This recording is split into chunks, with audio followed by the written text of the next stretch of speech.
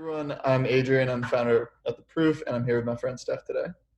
Hey guys, I'm Steph, founder of Levitate Foundry, and we're here with our friend Alyssa, who's VP of Growth at Beam. Welcome, Yeah, Alyssa. thanks so much for having me. Happy to have you. So first, we can kick off with a bit of your background, and also we'll push you to join Beam. So kick us off. A few years back, what have you been up to? Perfect. Yeah. So I had a kind of odd background getting into it. I studied neuroscience in college at UCLA and was really into the data analysis, especially of what happens post concussion. So that was kind of my specialty.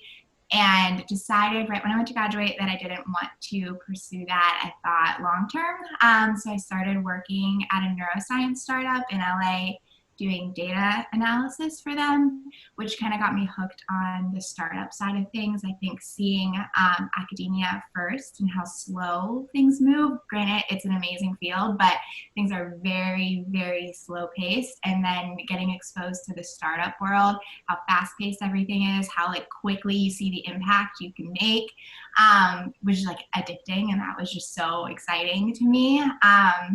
And then was fortunate to have the opportunity to train from data into growth since they are so interconnected. And it makes way more sense now than it did at the time, but I kind of saw like the neuroscience side of it as consumer behavior for growth. So understanding like how the brain works, what makes people tick, what hooks them to things, kind of made it all come full circle a little bit. So fell in love with the speed, understood the data side of it, and then kind of married that with the marketing side into the growth field. Absolutely loved that. So stayed in LA for a little while and was working at True Brain, and then moved to which is now called More Labs, but it was Morning Recovery when I started there. And then from there, just consulted a little bit, which was how I met Matt Lombardi, who's the founder of Beam, because he had a different startup 3 or 4 years ago now.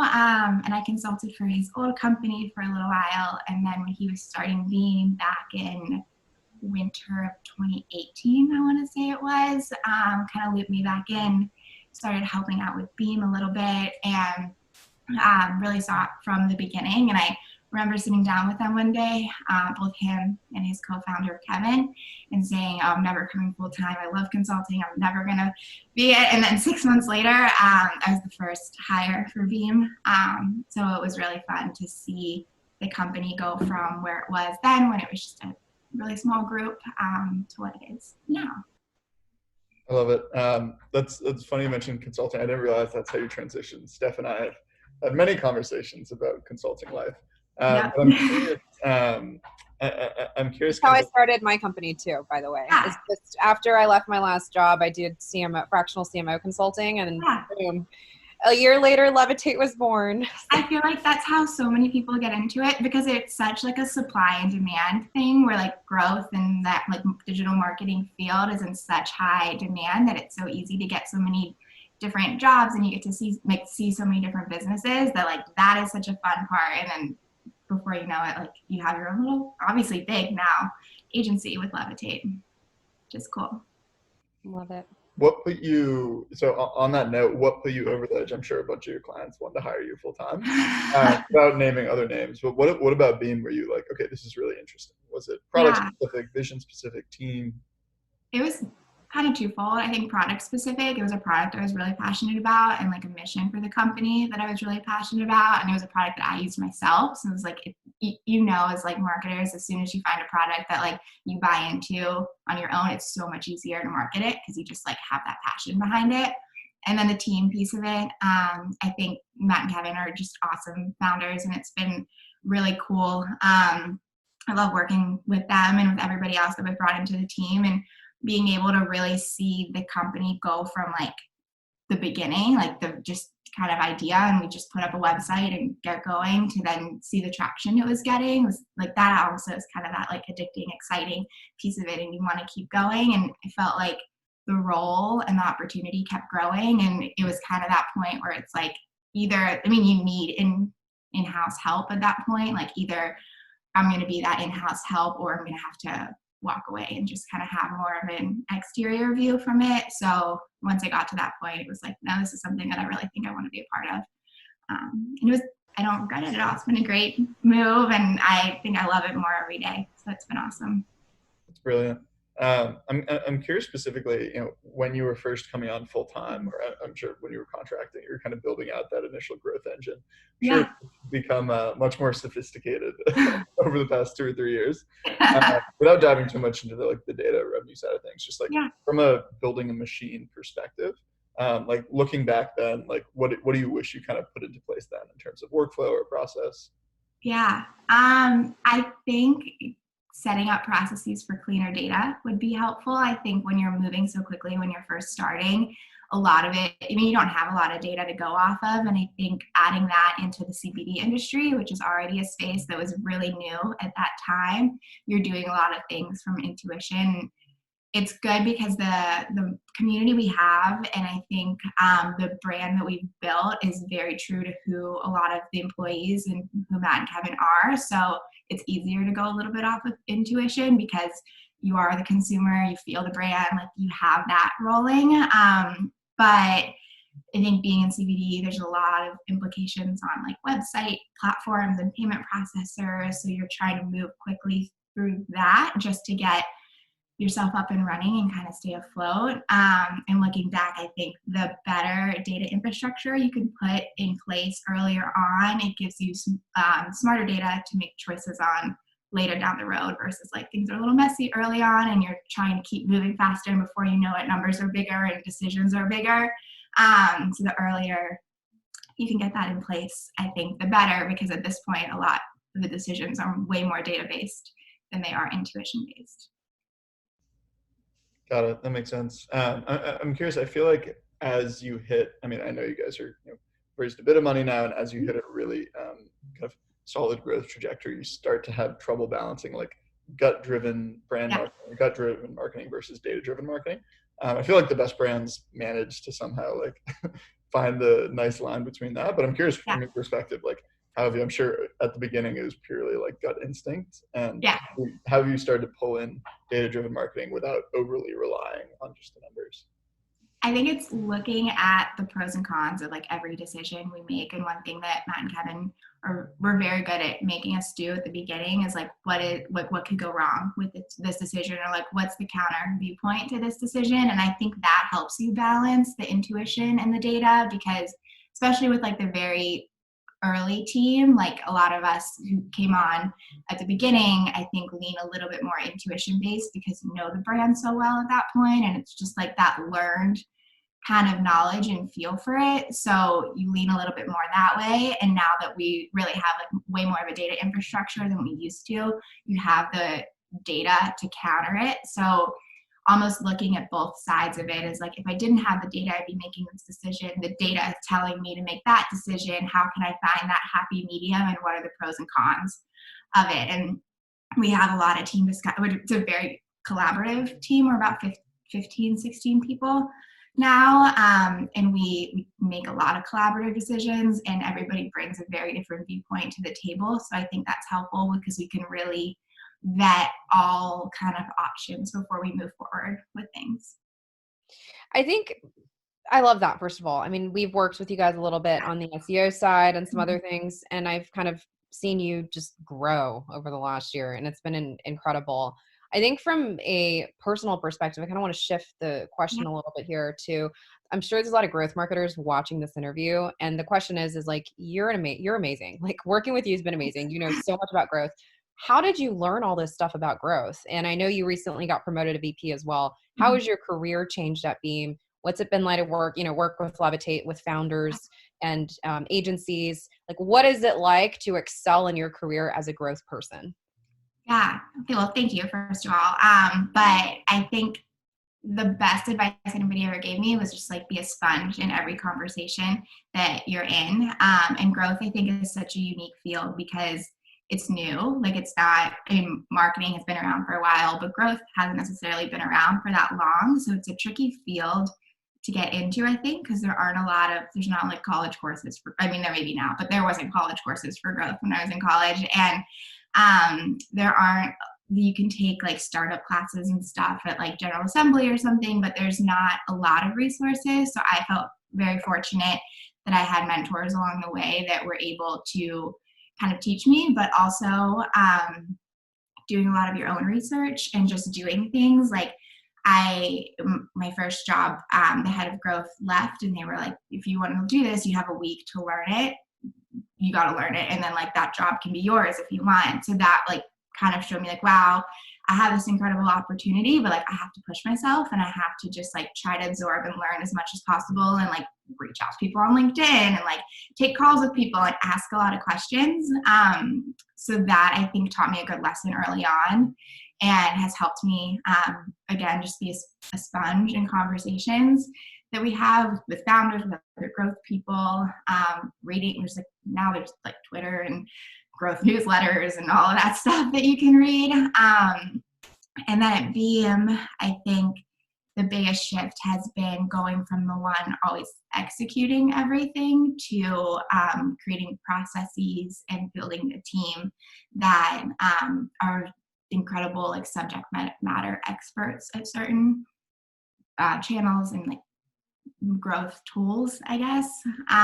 So that's been a big shift, but it's been a great like learning experience. I feel like, I mean, every day is just kind of like a new challenge. And we just recently promoted someone on my team from just managing partnerships to managing all of acquisition. And it was like, as soon as she got comfortable in her role in partnerships, like, all right, on to the next. Like you got this now. Like the team is growing quickly. The company's like the revenue is growing quickly. Like you got to kind of step it up to the next level. So I think it's kind of twofold of one, just always learning, and that's been something that's helped me, and that's something I always encourage anybody on our team to just always try to learn and absorb as much as you can, and then as soon as you're comfortable with something, like you got to move on to the next challenge or take on more, because I think that's how you grow a lot faster.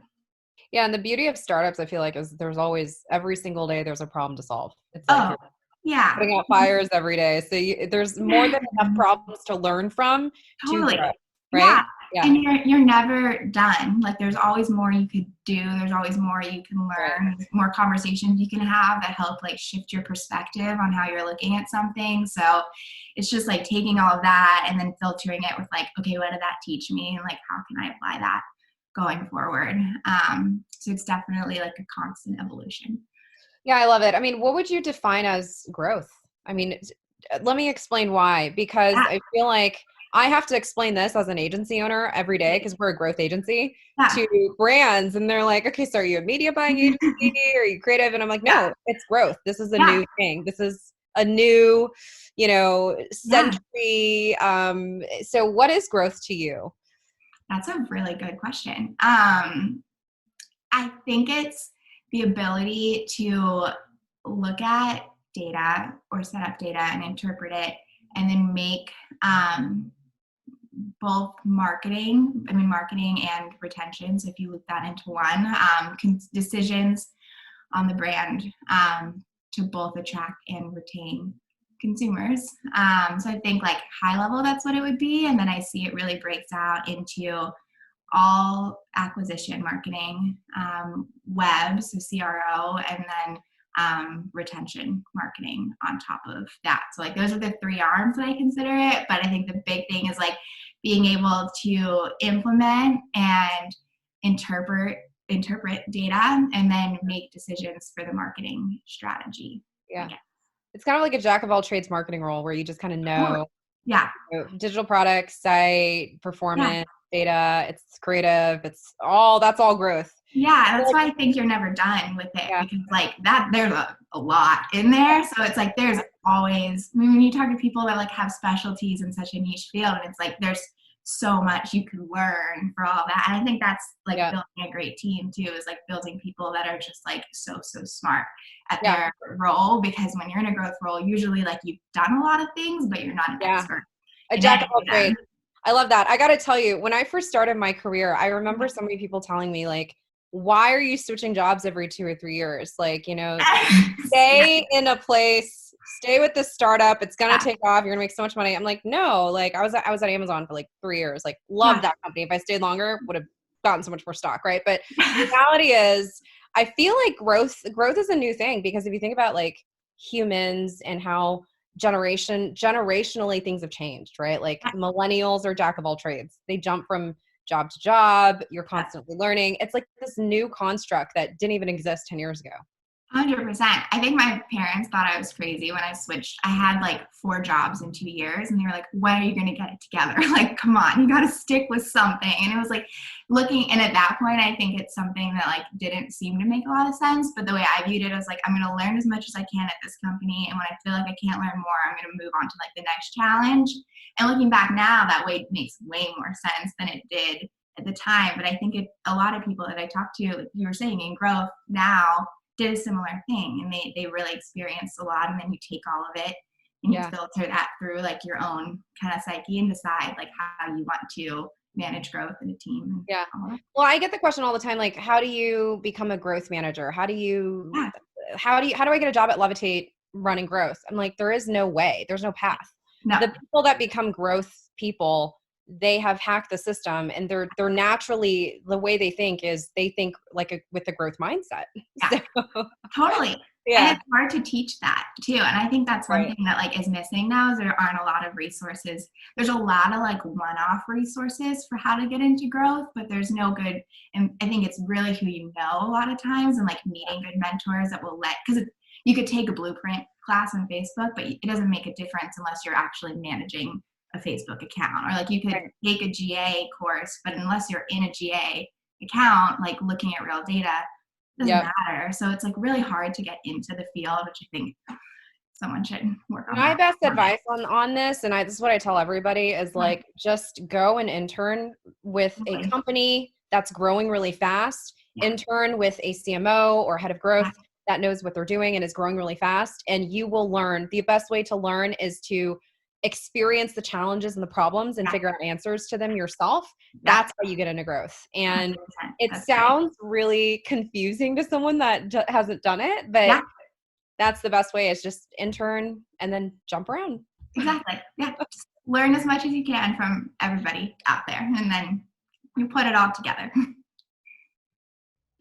I love it. Sorry, I can't participate as much in the growth conversation. It's definitely your worlds. But I'm curious, outside of the CBD/cannabis sector, adjacent sectors, are there specific brands, founders that you look at their growth or marketing engines and you've always kind of like respected and maybe not necessarily modeled yourself after, just always looked at and always felt or said good things? Yeah, definitely. I think there's a couple.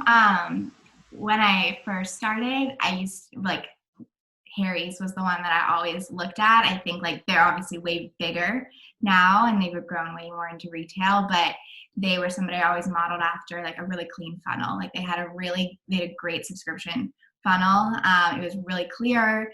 It guided customers through. I'm sure it converted really well. And it was really engaging for people. And I felt like you got an education and you felt like you were having that customized experience in your checkout process. So I loved them from early on. And then I think being in the supplements space, Ritual is one that I'll always look at a lot, because in CBD specifically, it's a very high skepticism category, and they do a really good job, I think, making the information feel very digestible and making it feel very trustworthy, which is something that for Beam we've always tried to emulate.